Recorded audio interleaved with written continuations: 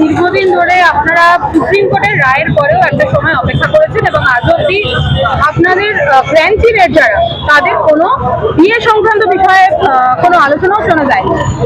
আজকে আপনারা পথে নেমেছেন, এরপরে আপনারা কি করবেন? না, আমাদের ইতিমধ্যে আইনজ্ঞদের সঙ্গে পরামর্শ চলছে। আপনারা খুব শীঘ্রই জানতে পারবেন। আমাদের যৌথ মঞ্চের নেতৃত্বেই আমরা আইনি লড়াইয়ের মধ্যে যাব। সেইটা যখন খুব শীঘ্রই, কারণ অনন্তকাল আমরা অপেক্ষা করব না, এবং আমরা অপেক্ষা করছিলাম সরকারের সদিচ্ছার জন্য। কিন্তু সুপ্রিম কোর্টে সরকার যে স্ট্যাটাস রিপোর্ট জমা দিয়েছে সেখানে পরিষ্কার হয়ে গেছে যে আমাদের বিষয়টা গ্র্যান্টিং এইডের বলছে যে সুপ্রিম কোর্ট যখন ফাইনাল রায় দেবে কে কত টাকা পাবে না পাবে, সেখানে আমাদের বিষয়টা বলছে এটাকে সরিয়ে রাখো, মূল রায়ের সাথে আপনারা এই বিষয়টা রাখবেন না বলেছে, এদের দেওয়া হবে। আর আমরা যদি দেখি তাহলে দেখতে পাবো রাজ্য সরকারি কর্মচারী যারা ইতিমধ্যে কিছু পেয়েছে বাকিটা দিতে 2028 সাল অব্দি দেবে। তাহলে কি তারপরে আমাদের বিবেচনা করবে?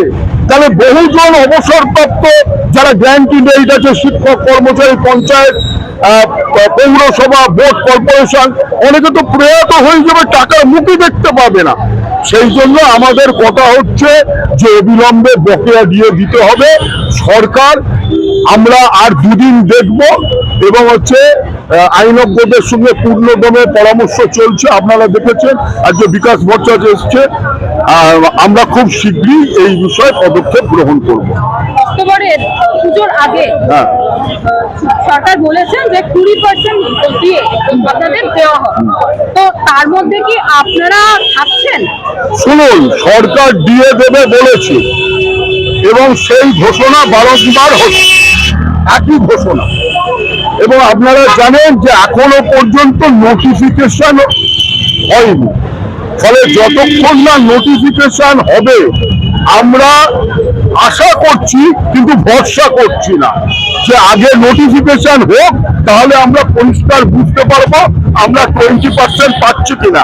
কিন্তু একটা কথা আমরা বলতে চাই, এই 20%টা 2022 সালের জুলাই হিসেবে, মানে 4 বছরের বকেয়াটা তাহলে গেল কোথায়? 4 বছরের বকেয়া কিন্তু এখনো পর্যন্ত বলেনি। যেখানে সুপ্রিম কোর্টের মূল মামলাই হয়েছিল 5ম বেতন কমিশনের বকেয়া মিটিয়ে দিতে হবে, ফলে 6ষ্ঠ বেতন কমিশন নিয়ে কোনো মামলা হয়নি। কিন্তু সেই বকেয়াটারও কি হবে সরকার সেই সম্পর্কে নীরব আছে। এবং বহু আন্দোলন এবং দাবি করার পর 7ম বেতন কমিশন ঘোষণা হলো 1 সপ্তাহ আগে, এবং আপনারা দেখেছেন 1 সপ্তাহও যায়নি, চেয়ারম্যানই চেঞ্জ হয়ে গেল। ফলে যে কি করতে চাইছে তার টার্ম অ্যান্ড কন্ডিশন কি, কোথায় অফিস হবে, আমরা কিভাবে আমাদের বক্তব্য উপস্থিত করব, এইটা আমরা বুঝতে পারছি না। আর একটা বিষয় আপনাদের মধ্য দিয়ে আমি তুলে ধরতে চাই যে এতদিন পর্যন্ত মূল লড়াইটা ছিল AICPI, all India consumer price index. রাজ্য সরকার যে হলফনামা জমা দিয়েছে সুপ্রিম কোর্টে সম্প্রতি, সেখানে বলেছে আমরা আগামী দিনে শিক্ষক গ্র্যান্টিং এইডের ক্ষেত্রে স্টেট সিপিআই ব্যবহার করব। হ্যাঁ, স্টেট সিপিআই ব্যবহার করব, এবং সেইটা যদি করে আমরা অনেক কম ডিএ এবং বকেয়া ডিএ পাবো। এবং এই পদ্ধতি যদি করে 7ম বেতন কমিশনের যে গাজর ঝোলানো হয়েছে তাতে সর্বভারতীয় ভিত্তিতে তাদের যে বেতন কম বাড়বে। আর আমরা ওয়েস্ট বেঙ্গল সিপিআই সারা ভারতবর্ষে এরকম নেই।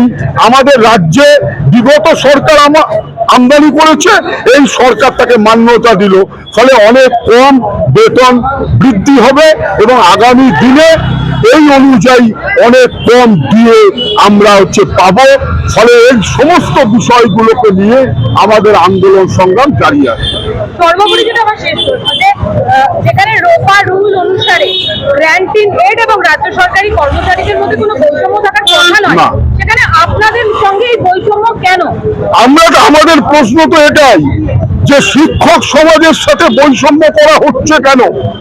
আমরা সমস্ত শিক্ষা প্রতিষ্ঠানে আমাদের দায়িত্ব পালন করছি, আর সেই জায়গায় দাঁড়িয়ে আমরা বারে বারে শিক্ষক সমাজ বঞ্চনার শিকার হচ্ছি, এবং আমরা এর চূড়ান্ত লড়াইয়ের দিকে আমরা এবারে যাব।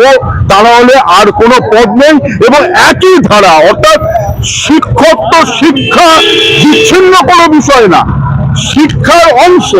ফলে এরা যে শিক্ষকদের পাওনা গন্ডা কাটছে, শুধু তাই না, আপনাদের জানাই বলেছিল বাংলার 12,000 স্কুলে পিএমসি তার অর্থ দেয়া হবে। আপনি জানেন গতকাল ঘোষণা হয়েছে যে 400 থেকে 600 দেয়া হবে। গল্প হলো 12,000 ওয়েস্ট বেঙ্গলে, গোটা দেশে চালু আছে স্কুলগুলো পরিকাঠামো উন্নয়নের জন্য। গোটা দেশে চালু হয়েছে এখনো পর্যন্ত 13,000, আর মার্কেটে ছাড়লো 12,000, আর গতকাল ঘোষণা হচ্ছে 400 থেকে 600 আমরা দিতে পারি। মানে কোনো ঘোষণার সঙ্গে বাস্তবের কোনো মিল নেই। আপনার পুরো নাম আর মোহনদাস পণ্ডিত, নিখিলবঙ্গ প্রাথমিক শিক্ষক সমিতির রাজ্য সভাপতি।